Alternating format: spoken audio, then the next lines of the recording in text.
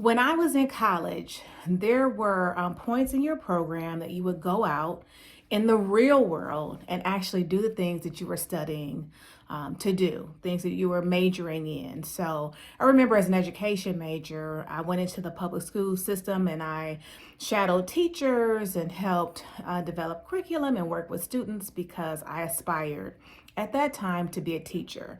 So whether it's a practicum or an internship, all of those experiences are designed to help you to get a better understanding of what it is you want to do.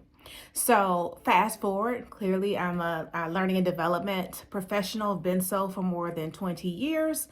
And I get a lot of questions about, which direction people should take, how they can become a trainer, what steps, programs, certifications, things of that nature. And I always say, well, training and development is a pretty it's a pretty big field as it relates to the different roles and how roles have evolved over time, or at least since I've been in the field. What is it that you exactly want to do? My name is Jennifer Mitchell Early. I help individuals and teams achieve organizational and personal success, and this is Leadership Matters.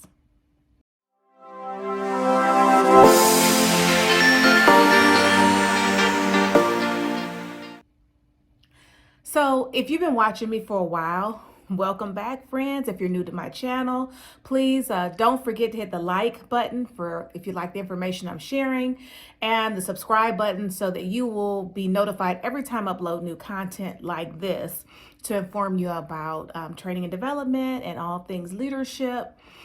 So that way you don't miss anything. But if you've been watching me for a little while, then you already know that I am big about saying, okay, so where in the field do you want to go? How do you see yourself? What role? I've talked about being, a facilitator and instructional designer. I've talked about, hybrid roles. I'm going to talk about, and I've talked about like technical writing, contract positions versus FTE. And we're not going to get into all of that today, but today I want to go back to what I think is a pretty foundational question as it relates to first steps. Like, why do you want to be a trainer?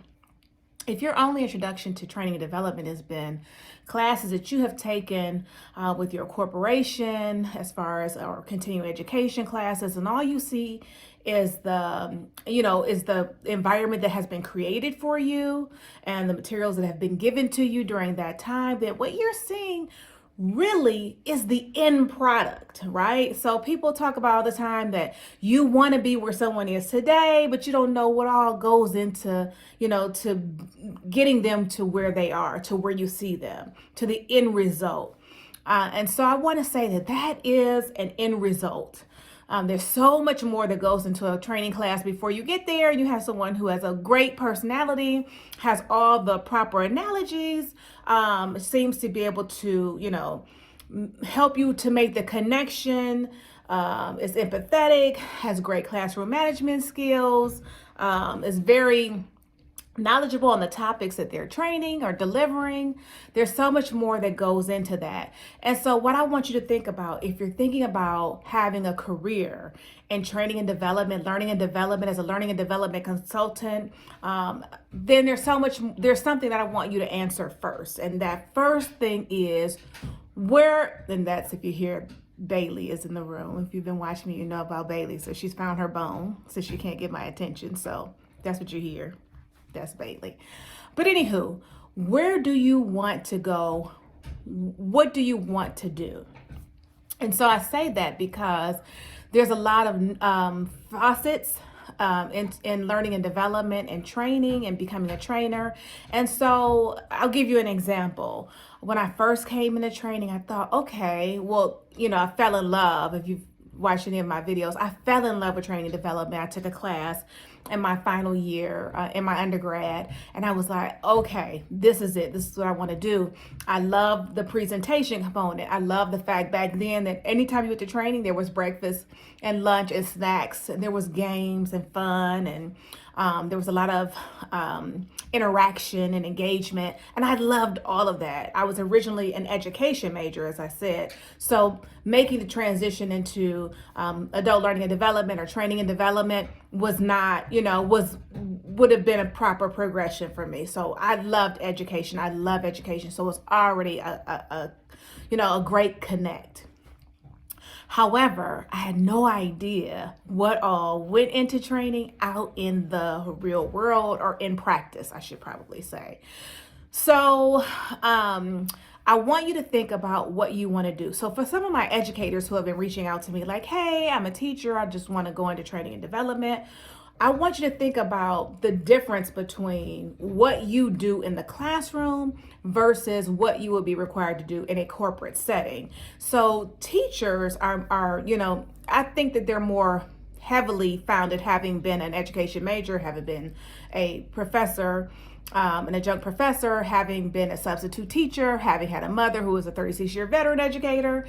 I think that that's more heavily weighted in facilitation. So if you're the kind of person who is gets your energy from other people, enjoys the presentation component, I would really say facilitation is where you want to go.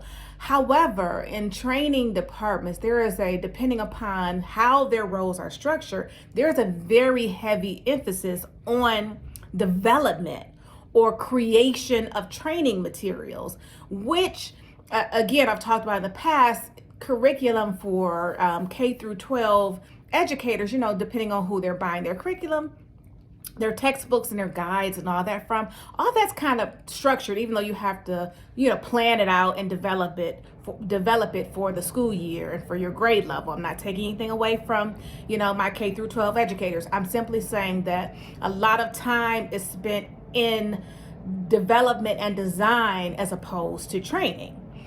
When I first got into the field, there was again a hybrid role that I worked in, which is I developed and I facilitated. Probably was about equal, because whatever I developed, I facilitated. And now there are more segmented roles. So there's instructional designers, and all you do is design all day long, every day. And then there are facilitators, all you do is facilitate. I thankfully never had a role, nor would I want a role that was mainly facilitation or only facilitation. Those are roles that would do like facilitate new hire programs. Those are like multi-week programs, and you have a training calendar. So when you get done with one class, you roll right into another class, into another class, and into another class. I don't enjoy facilitation that much. I'm probably a 60-40 type of professional. I enjoy 60% instructional design and 40% in facilitation. And I really like to facilitate because I want to see what I've designed come into fruition, right? So when I'm designing materials, I'm also visualizing how that class or classes will run. If I'm designing, and typically at this stage in my career, I'm designing robust curriculum that are multi-day classes that are designed to, that build upon one another and level of expertise. So I'm always kind of thinking when I'm developing how I want the class to be run, or how the class would be run if it wasn't run by me. So I say all this to say that, while I'm getting questions and I'm fielding responses to the how do I get into training question, I really want you to think about, okay, what do you already know about training? Do you know anything? Are you coming from another field like education that's similar and that has transferable skills, but you still need to know what the differences are so that you can actually make the correlation, not only for yourself and where you desire that you want to go, but also for, reviewing job descriptions and postings and, interviews, screening interviews and interviews for the position, so that you can help a hiring manager understand why you would be an asset in this capacity or the position that you're seeking. So why do you want to do it? What do you know about the field? And how does what you already have translate? What are your gaps? And what are you planning to do, or are you doing right now to bridge those gaps? Because those are all things that a hiring manager wants to know. I think that if you're just trying to get your foot in the door, I've talked about, if you haven't seen the video about being a SME, I will put that here or here somewhere. About using a SME, using your expertise, being a subject matter expert to get your foot in the door to be a trainer. I've seen this a lot, especially in call center environments where someone is really good, in every environment actually, but I see it like this model for bringing trainers into the department, more so in those environments, because they take someone who is excellent on the phones, great at customer service, their sales skills, they're meeting all the numbers, and they take this person to start to facilitate these classes. Remember, I talked about new hire classes. And then that person, stays in that role, and then eventually, can move into development roles or consulting roles down the line. But that's what they do. And that's the avenue they use to get in the door. So what I want to just come on real quick to say to you is, I understand that you want to go into training and development. What area? Why? What do you already know about training development? What do you need to know about training development? What skill set do you already have? And what do you need to, be a full complement to be able to walk into an interview confident, knowing that you want to go into it? And hey, I'm going to say this too in closing, that as you do this assessment of yourself, an assessment of the field that you want to go into in a particular role, also start to become involved in the communities associated with the role. LinkedIn has a lot of great, instructional design, training development, facilitator communities. Start getting involved in those communities so you can hear some of the challenges that go along with being in this field. You can get a lot of great insight. You can network, which, we already know that's 95% of it, right? Is knowing, people in the industry who can tell you if a position is about to open and what exactly you need, and someone who can actually vouch for you or understands, what your desire and how that would fit into their culture that they're at. And also, we'll talk about, not in this video, but in videos to come, maybe considering, as opposed to an FTE role, a contract role. So your assignment until we meet again is to think about why you want to be in training and development, where you want to go in it, what you want to do, and how you can get yourself prepared for it. Have a great week. If you found this video valuable, please give it a thumbs up, hit that like button, smash the subscribe button so that you don't miss any, and hit the bell so that you don't miss any new content as I upload it. Thanks. See you in my next video.